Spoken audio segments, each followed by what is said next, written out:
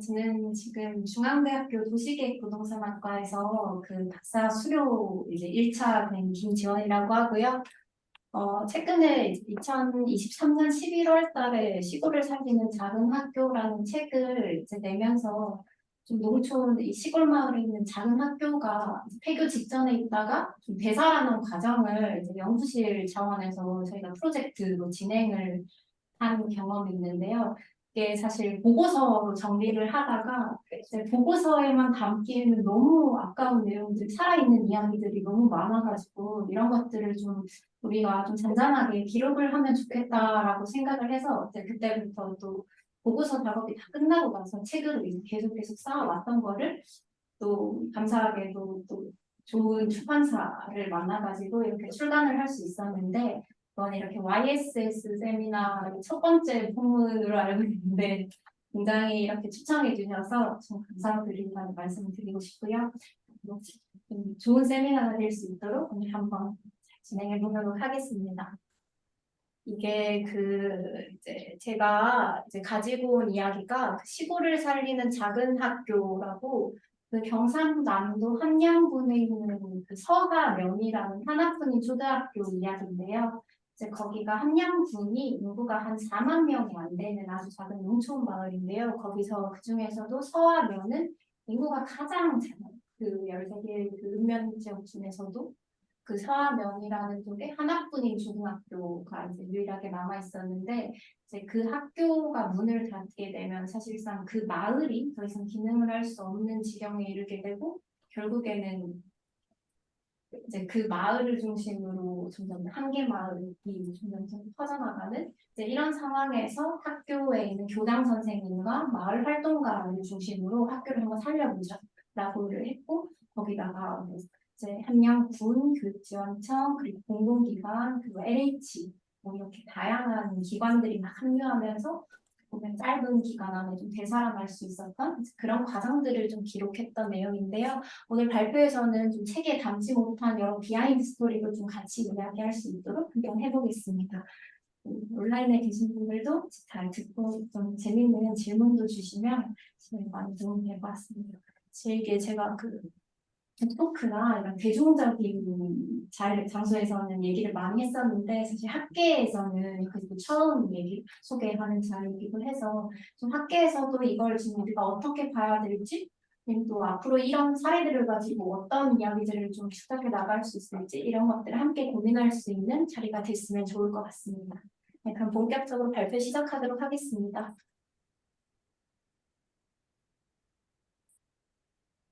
네, 이제 제가 들어가기 전에 간략히 인트로에 대해서 좀 말씀을 드리려고 하고요. 그리고 서학초에 대체 어떤 일이 있었는지 그런 것들을 좀 책에서 제시된 내용들을 좀 간략히 좀 말씀드리도록 하겠습니다.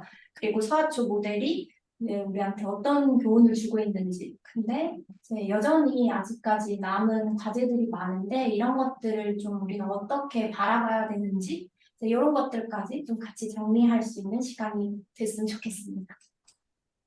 네, 먼저 이제 사실 여기 제가 인트로를 농촌의 미래는 더 좋아진다라고 깔았는데 이제 제가 서학초 사례를 알기 전까지는 농촌의 미래는 더 좋아질 수 없다라고 단언했던 사람 중 한 명인데요. 그런데 이제 서학초 사례를 보면서 이런 모델들을 하나씩 축적해 나가면 또 농촌만의 미래를 만들어 나갈 수 있지 않을까라는 좀 작은 희망을 품을 수 있었던 것 같아요. 그래서 일단 그 농촌의 미래는 더 좋아진다라는 거에 대해서 좀 같이 얘기를 하면 좋을 것 같다고 생각을 했습니다.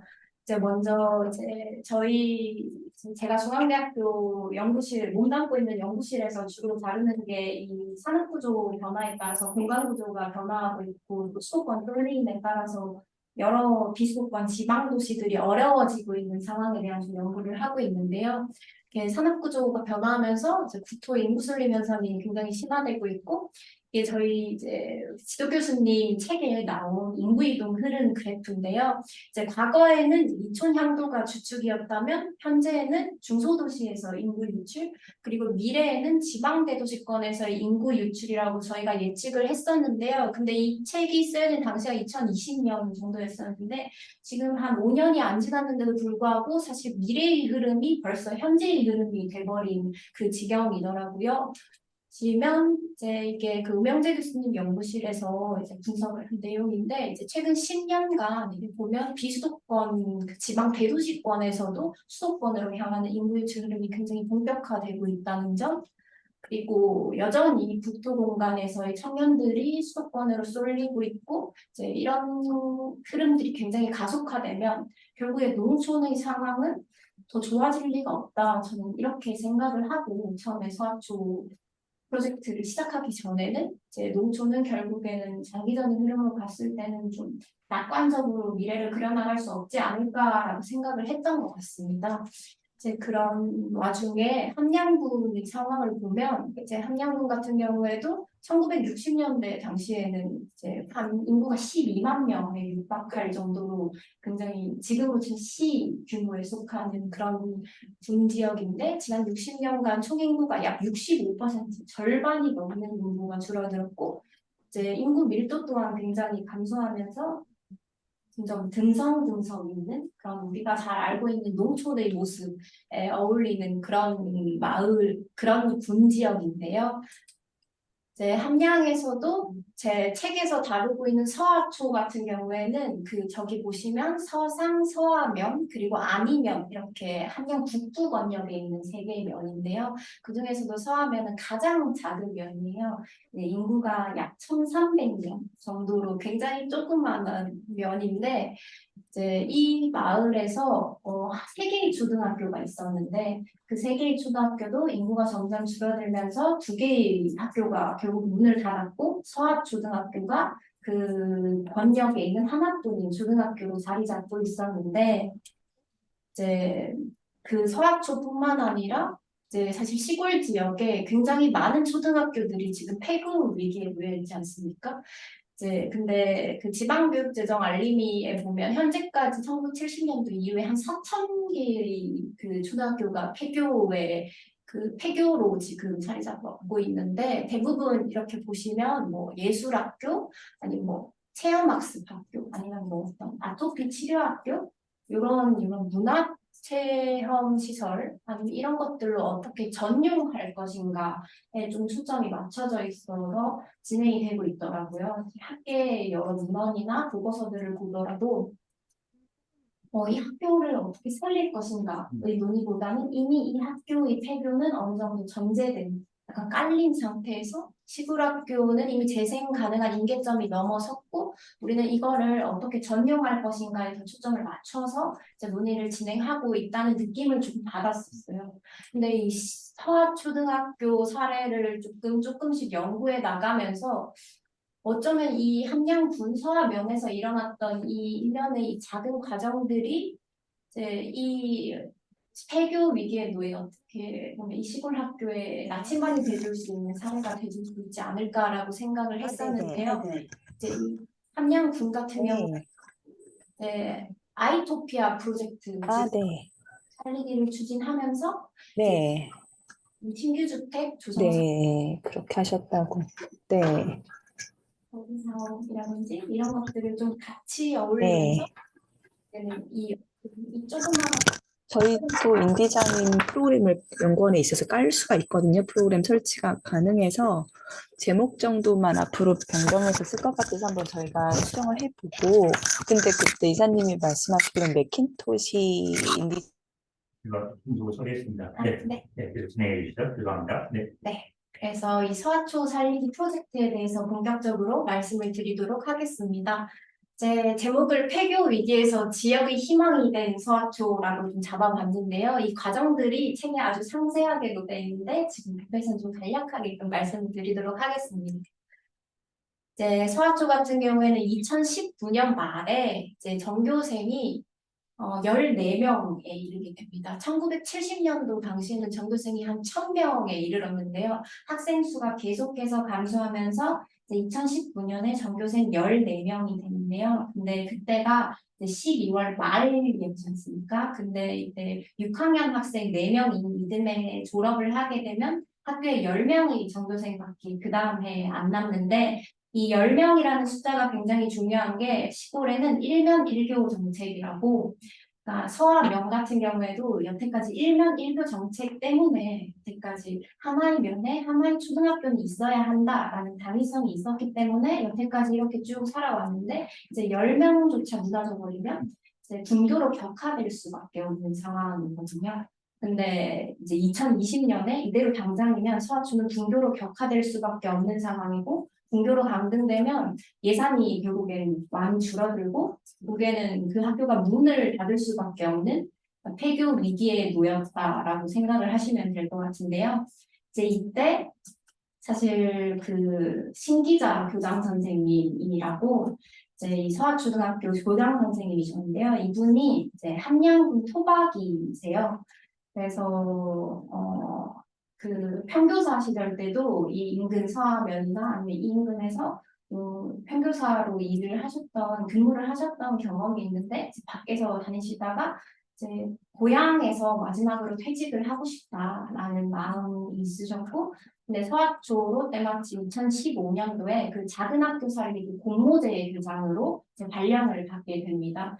이게 뭐냐면 이제 익명교장이랑은 좀 다르게 그 교장 선생님이 그 작은 학교 살리기 자원을 해가지고 이제 들어가는 경우인 거죠.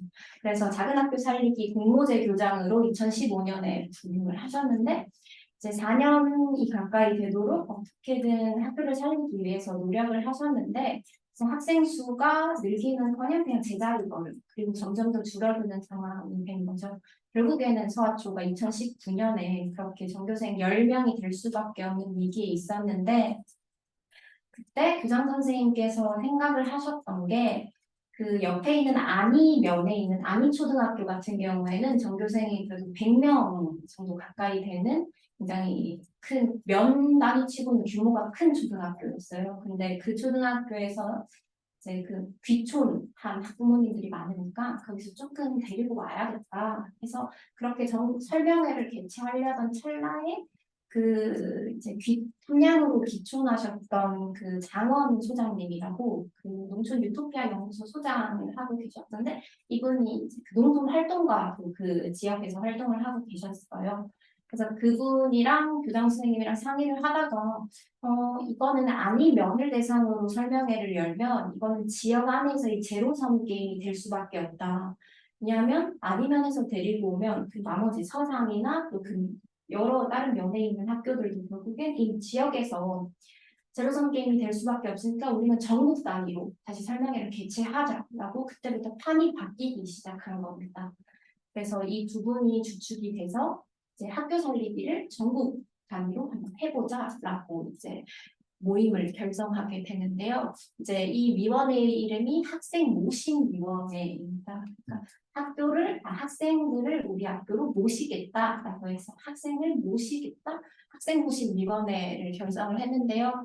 그래서 학교와 그 농촌 활동가를 중심으로 그리고 또 학교가 이렇게 위험에 빠지니까 지역 주민들도 덩달아서 같이 학교 살려보자라고 해서 보면 이 민간이 주축이 돼서 학생모심위원회를 결성을 했고요. 그리고 이분들이 지역에서 이제 민간의 힘으로는 한계가 있기 때문에 교육청, 군청, 그리고 경남도 뭐 이런 식으로 관을 이제 꾸려들이기 시작합니다. 그래서 어떻게 보면 학생모심위원회가 민간 협의체로 이렇게 구성이 돼서 도시 학부모를 대상으로 이렇게 당신께서 오셔야 시작입니다라는 슬로건을 내걸어서 저기 보시면 1차, 2차 그리고 바로 학생 유치 설명회를 합니다. 그리고 이 학생 유치 설명회 사람이 너무 많이 오니까 4차 모임 때 학생 선발하는 일정 기준을 정해가지고 우리는 선발을 이렇게 해가지고 굉장히 짧은 시간 안에 이렇게 학생 모심위원회가 좀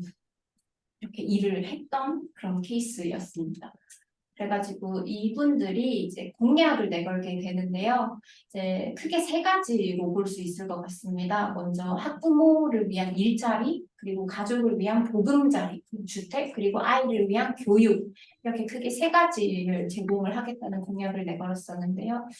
이때 당시에 이제 전국 각지에서 서학초 동창회라든지 향후에 그 지역 주민들이 자발적으로 그 학교 살리기 펀드를 조성을 해가지고요. 전국 각지에서 한 달도 안 되는 기간 안에 약 1억 원의 기금이 모입니다.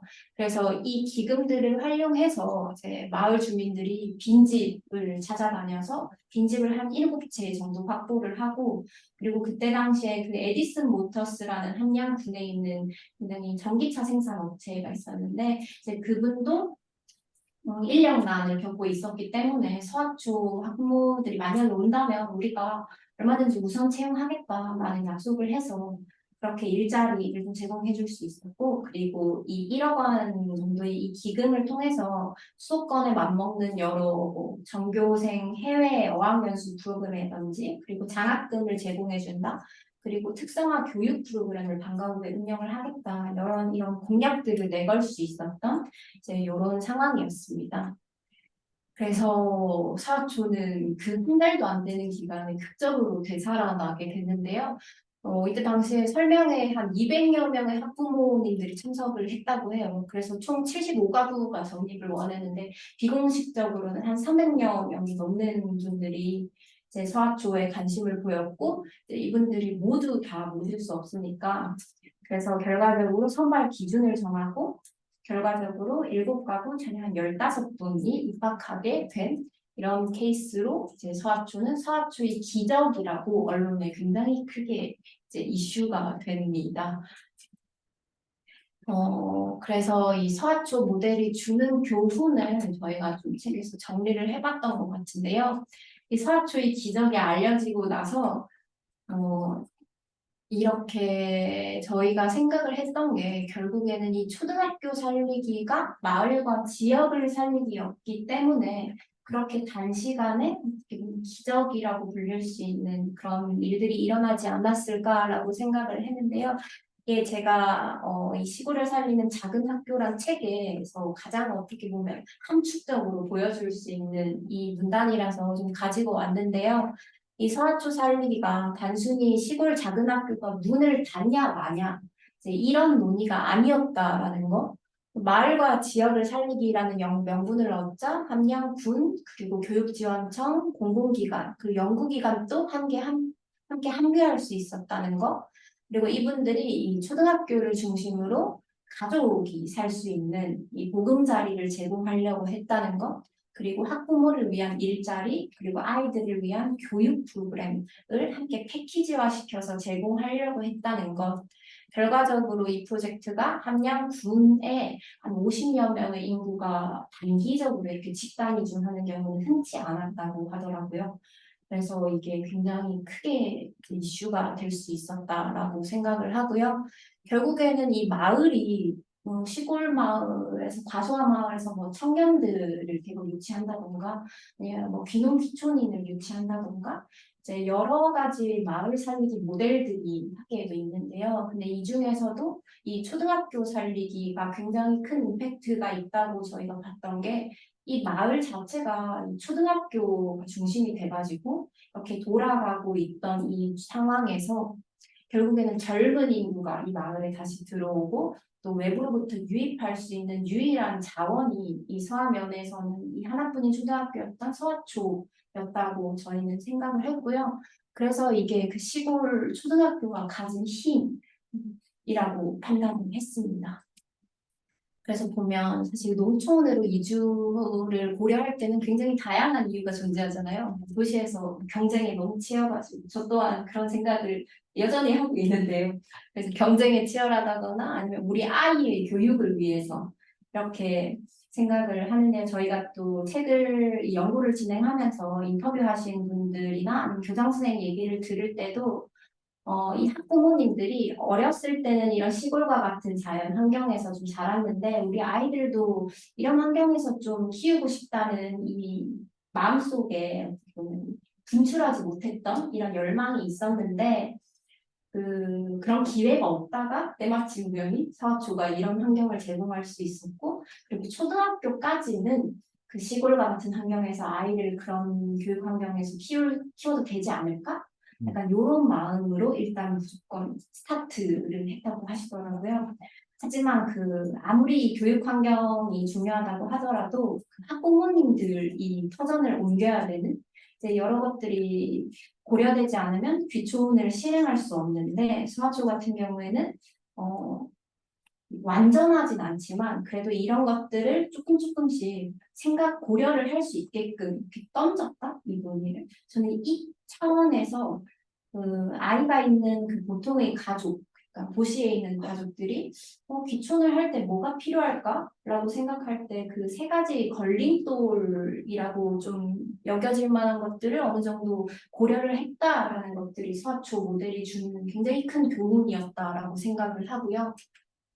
그리고 이제 가장 중요한 거는 사실 이거였습니다. 사실 앞에서 그 주택, 빈집 7채라고 말씀을 드렸지만 그 빈집만으로는 이분들이 들어와서 장기적으로 안정적인 정착을 할 수 없는 구조인데요.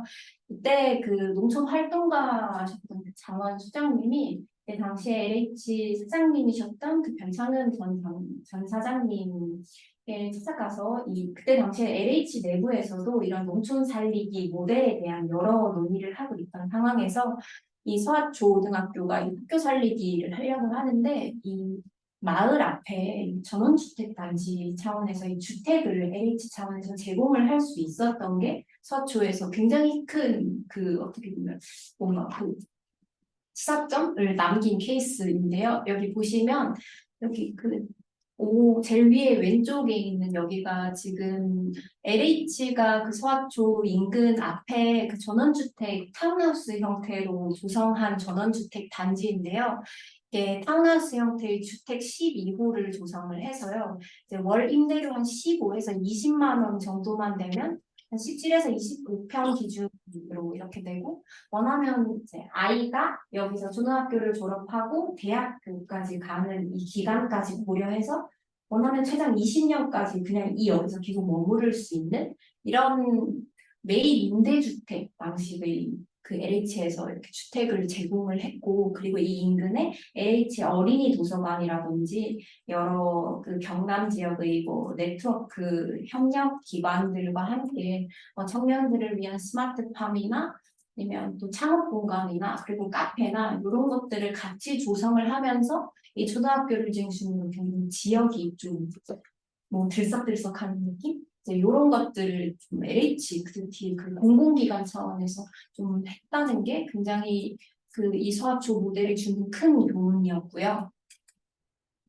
그리고 이제 이게 저희가 그때 당시에 서학초 프로젝트를 알게 되고 이 이후로 좀 진행을 했던 연구인데요. 뭐냐면 이제 이분들이 도시에서 왔는데 이분들이 안정적으로 정착하기 위해서는 이제 이게 좀 지역 살리기 차원에서 같이 논의가 되어야 되는데요. 그래서 서학초 살리기에 아직까지 여전히 남아있는 과제들을 좀 극복하고 또 귀촌인들의 안정적인 정착을 위해서 이 학교 살리기를 지역 살리기로 좀 확대했던 것 같아요. 그래서 LH 경남지역본부 지역균형개발부가 주축이 돼서 그리고 함양군과 같이 협력을 해서 이 졸업한 학생들이 나와서 성인이 될 때까지 좀 그 지역에 또 머무를 수 있도록 1단계, 2단계, 3단계 이렇게 단계별 농촌 활성화 모델을 구축하게 됩니다. 그래서 여기 보시면 그때 당시에 리브, 워크, 플레이 플러스 알파 모델이 여기 사실 우리가 도시에서 요즘 도시계획을 보면 융복합 그리고 리브, 워크, 플레이 이런 것들이 좀 집적인 공간에 좀 복합적으로 기능을 몰빵하면 이게 좀 활력도 돌고 이제 이런 것들을 좀 농촌 맞춤형으로 좀 구상을 해보자. 아무리 농촌이 도시가 될 수 없다고 하더라도 최소한의 이런 기능들만 조금 초등학교를 중심으로 집적화되면 결국에는 이것도 농촌에서 이분들이 좀 머물 수 있는 문책이 될 수 있지 않을까?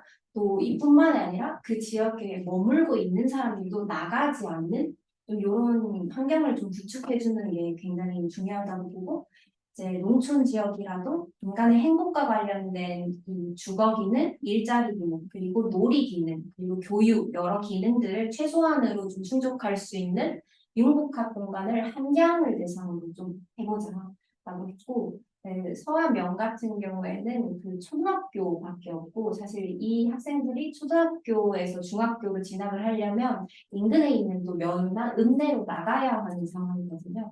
그래가지고 이게 결국에는 서화명만을 대상으로 할 게 아니라 인근에 있는 안이면이라고 또 중간 거점이 돼주는 이 면이 있는데 이 안이면과 또 함량읍, 읍내를 대상으로 이렇게 좀 연결고리를 좀 지어가지고 2단계로 좀 농촌 지역 살리기 모델을 하나 꾸려보자라고 해가지고요.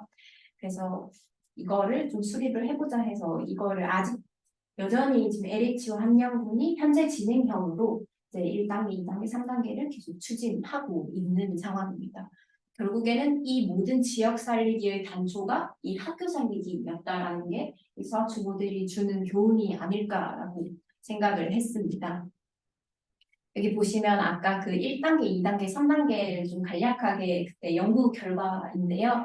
이게 1단계가 이제 보시면 주거 프로젝트라고 해서 이 서화 초등학교 앞에 그 아까 보셨던 그 매입 임대주택 12호짜리를 주거 프로젝트로 했고 그리고 이 2단계가 일자리 프로젝트라고 해서 이 함량읍에 그 일자리 거점을 좀 육성해서 좀 기업들도 좀 들어오고 또 지역에 좀 핵심 일자리라든지 좀 주력 가능한 일자리를 좀 구축을 하고 또 마지막으로는 여러 생활 SOC나 정주 환경들을 좀 정비하는 차원을 이 가장 작은 서화면과 중간 거점이 돼줄 수 있는 안이면 그리고 나아가서 중심지가 되는 함량읍까지 농촌에서도 이런 공간적 위계를 고려해서 좀 지역 살리기를 해보자라는 그 모델로 확대를 이제 연구실에서 했고요. 이거를 기반으로 좀 LH나 함량군이 지금 이렇게 단계별로 추진하고 있는 상황입니다. 그래서 어떻게 보면 최종적으로 좀 정리를 해보면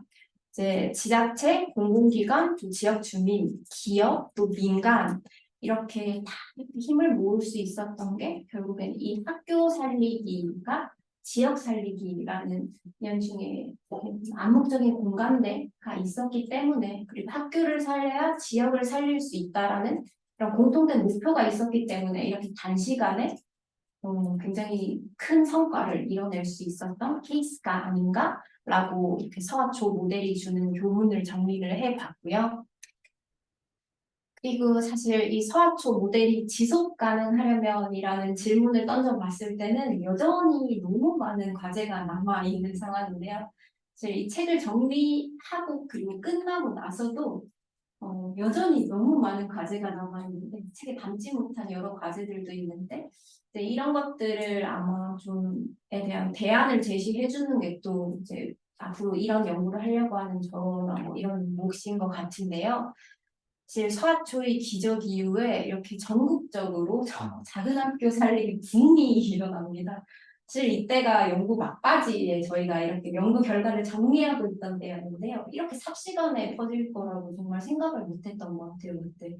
여전히 남은 과제가 많다는 걸 정리하고 있었는데 이미 이제 LH 경남 차원에서 이 경상남도 작은 학교 살리기 모델로 이렇게 작은 학교 살리기 시범 지역을 선정해서 거기 LH에서 임대주택을 또 지어주고 서울처와 마찬가지로 이런 식으로 점점점 이렇게 전국적으로 퍼져나가더라고요. 그런 과정에서 사실 저희가 그때 그 서학초에 이주하셨던 그 대표 학부모님을 대상으로 여러 인터뷰를 해봤을 때 이제 아이들을 위한 의료 그리고 문화, 교육 등 정주 여건이 굉장히 열악한 실정이라는 건 변하지 않았었는데요. 특히 뭐 귀촌 학부모님들 중 상당수가 예전에 그 아버님은 도시에서 생활을 하시고 그리고 어머님과 아이들이 이렇게 시골에 지금 머물면서 학교를 다니고 있는 상황이 대부분이었는데요. 또 제가 최근에 이제 한번 연락을 했을 때는 이제는 아이들도 이제 초등학교를 졸업하는 아이들도 이제 그 지역에서 어느 정도 있어서 또 도시로도 왔다 갔다 하는 경우도 있다고 하더라고요. 그래서 여전히 이제 좀 남겨진 과제들이 많다라고 생각을 했는데 이 중에서 몇 가지 그 텍스트로 한번 보면 좀 더 이게 사실 그 야식 먹는 재미 이것도 굉장히 소소한 재미인데 이거는 그냥 시골은 그 가능한 구조가 아니다라고 얘기를 하셨고 그리고 이 서화 면에는 그 보건지소가 하나 있는데요. 이 보건지소 같은 경우에는 대부분 그 거기 계시는 고령자분들을 대상으로 좀 기초진료를 할 수 있는 그런 의료기관 역할만 할 수 있고 그러니까 아이들을 위한 예방접종이나 이런 거는 사실 도시에서는 집 앞에 나가기만 해도 좀 바로바로 맞을 수 있는 형국인데 이제 그게 서화면에서 해결이 안 되니까 읍내에서 이제 해결을 하려고 물어봤더니 읍내에도 아이들이 별로 없으니까 이거는 몇 달 전에 예약을 해야 그 예방접종을 맞을 수 있다. 결국에는 그런 것들이 해결되지 못해서 인근의 진주나 대구로 나가서 이제 예방접종을 맞고 뭐 이런 것들이 사실 도시에서는 크게 문제가 되지 않는데 시골에서는 이제 아이들 특히 자라나는 아이들이기 때문에 굉장히 조심스럽다라고 말씀을 하셨고 근데 또 무엇보다 이게 맹모삼촌지교의 마음으로 이렇게 아이들이 자라나는 환경을 위해서 왔는데 이 어머님 아버님의 삶을 기준으로 두고 보면 여전히 이 시골에서 할 수 있는 게 전혀 없다라고 말씀을 하셨는데요. 이제 그때 당시에 아버님께서 그 에디슨 모터스 그 전기차 생산 업체 이제 거기 일자리를 제공을 해주더라도 그러니까 그거를 이제 매칭이 되는 게 아니잖아요. 섣불리 이렇게 그거를 무조건 준다고 해서 그 일자리를 할 수 없을 뿐더러 사실 도시와 떨어져서 지낼 수는 없다. 아무리 시골에 들어오더라도 그리고 아버님, 어머님의 그 미래를 생각해 봤을 때는 사실 이 시골에서 우리의 미래를 어떻게 상상해 보기에는 여전히 아직 답을 내릴 수 없는 상황이다라고 그 말씀을 주셨어요. 그래서 이렇게 보면 농촌에서의 이 여전히 해결되지 못한 여러 불편함들이 있는데 하지만 이분들이 도시와 같은 환경에서 살려고 이 농촌에 들어온 건 아니란 말이 아니었는데요. 보시면 그 농촌에서 여러 불편한 사람들에 대해서 막 말씀을 이제 해주셨는데 그럼에도 불구하고 이 농촌만의 매력이 있기 때문에 우리는 아직 여기서 떠나지 않는 결정을 하고 있다. 하지만 언제 떠날지는 모르지만 여전히 여기가 좋기 때문에 남아있다. 약간 이런 식으로 표현을 하셨는데 여기 보시면 제가 이제 그 아버님께서 다시 서울로 돌아갈 때 여기 있기 참 잘한 것 같다는 생각이 많이 든다. 네, 코로나 때, 그때 당시에 코로나 때, 네, 도시에서는 막 콩나물 시루처럼 애들 그 못해가지고, 근데 사초 같은 경우에는 그 계속 등교를 했던 거더라고요. 그래서 모든 게 바뀔 거라고 하지만, 이제 도시에서는 뭔가 콩나물 시루, 어떻게 보면 아이들이 이렇게 그냥 앞을 가리고 달리는 경주마 같이 느껴졌는데 여기서는 굉장히 몰랐던 부분도 산발적으로 튀어나오고 용수철처럼 이렇게 탁 튀는 그런 아이들의 모습을 보면 여전히 여기로 잘 왔다라는 그 생각이 든다고 하였고 그리고 또 이제 마을 주민들이 사실 우리가 그 시골이라고 하면 텃세 문제가 가장 그 역비농 기촌하는 그 1순위 요인이 되긴 하는데 이제 여태 당시에 마을 주민들도 저희가 인터뷰를 하고 여기 오신 분들도 인터뷰를 해봤는데 이게 아마 학교를 중심으로 이분들이 다시 정착을 한 케이스이기 때문에 그래도 텃세나 아니면 이렇게 배척하는 이런 분위기는 좀 덜했다라는 그 말씀을 주셨어요. 그래가지고 여러 아이들을 위한 먹거리라든지 이렇게 세심하게 잘 돌봐주는 어떻게 보면 도시에서는 점점 사라져가고 있는 마을 공동체 이런 것들이 아직까지 시골에는 남아있기 때문에 이제 그런 것들로 여전히 이곳에서 떠나지 않겠다는 생각을 한다라고 말씀을 주셨는데 이제 우리가 이때 당시에 이제 농촌만의 매력에 여러 아까 말씀드렸던 최소한의 도시적 기능을 조금씩 더해가는 과정들이 앞으로 농촌 살리기의 지향해야 되는 목표점이 아닐까라고 저희는 정리를 했고요. 그래서 농촌만의 매력에 예를 들어서 작은 학교가 가진 매력이죠. 이 대도시 초등학교가 가지지 못한 그 시골 학교만 가지고 있는 이 매력에 최소한의 그 LH 주택과 같은 주거 기능 그리고 지역 기업이나 공공근로 일자리를 연계해주는 최소한의 일자리비는 그리고 카페 하나, 마을 거점이 될 수 있는 여러 놀이를 할 수 있는 최소한의 여가 공간 이런 것들이 결합된다면 얼마든지 그 마음속으로 귀농귀촌을 꿈꾸고 있던 그런 분들이 와서 머물 수 있지 않을까라고 저희는 이렇게 소아초 모델이 지속 가능한 지향점 이런 방향이 돼야 된다고 정리를 했습니다. 그래서 저희가 이제 전공이 제가 국토계획이나 도시계획이니까 지금도 도시에 대한 이런 문헌들을 보면 도시가 진화하는 속도를 보면 너무 놀라울 정도로 너무 빨리 진화하고 있는데 사실 농촌도 혁신 없이는 더 이상 이렇게 지속 가능성을 담보할 수 없는 구조인데 결국에는 하늘 아래 새로운 건 없지만 이 혁신이 기존의 것들을 그 융합하는 과정에서 발생한다고 이제 지도 교수님께서 굉장히 크게 강조를 하시는데 이 농촌 같은 경우에도 농촌의 자연이나 맑은 공기, 오픈된 공간에서의 여러 일자리 교육 환경 등이 더해지면 그래서 이 농촌들이 경쟁력을 가질 수 있다라고 생각을 합니다. 그래서 농촌에서 이런 소아조사야 같은 작지만 강한 이런 모델들이 앞으로도 축적해 나가야 된다고 생각을 하고요. 그리고 학교에 이 마을 부지의 가장 명당인 자리에 초등학교가 있기 때문에 지금 앞으로 폐교가 훨씬 더 속출할 것이라는 것, 그리고 그 폐교들이 대부분 다 마을과 동떨어진 채로 전용될 거라는 그리고 그렇게 방치될 수밖에 없는 이 농촌의 현실을 앞에서 우리는 이 소아조 모델이 과연 어떤 시사점을 주는가? 결국에는 강한 자가 살아남는 게 아니고 이 소아조처럼 살아남는 자가 강한 자라고 저는 생각을 했고요. 그리고 이 조그만 마을 단위로 도시처럼 발전하지 못하더라도 이런 역사성이 가진 마을에서 또 새로운 사람이 또 들어와서 또 살다가 또 나갈 수 있고 또다시 들어와서 살고 그냥 요렇게 지속성을 가지는 게 어떻게 보면 이 농촌 재생이 앞으로 나아가야 될 방향이 아닐까라고 생각을 합니다. 그리고 이게 마지막인데요. 이게 학교 살리기 이전에 저희가 처음 방문을 했을 때 왼쪽과 같이 텅 빈 그 밭이었는데요. 이제 지금 오른쪽을 보시면 굉장히 마을에서 장터도 열고 여러 가지 그 굉장히 활력이 있는 그런 모습을 볼 수 있었는데요. 이제 이 가운데서 우리는 앞으로 어떤 선택을 해야 될까? 이건 좀 남아있는 몫이 아닐까라고 생각을 합니다. 네, 그리고 이제 이거는 이제 연구실 차원에서 이 사학적 모델이 감소가 돼가지고 이렇게 베이비 부머를 또 대상으로 이렇게 중소기업 일자리와 이 아까 어떤 그 LH 주택이라든지 이런 것들을 연결해가지고 또 은퇴자 모델을 좀 생각을 하고 있는데 아마 이것도 이제 저희가 생각하는 이 작지만 강한 모델 중에 하나가 될 수 있다라고 저희는 생각을 합니다. 네. 발표가 너무 길어진 것 같은데, 네. 경청해 주셔서 감사합니다. 네. 감사합니다. 감사합니다. 네, 사실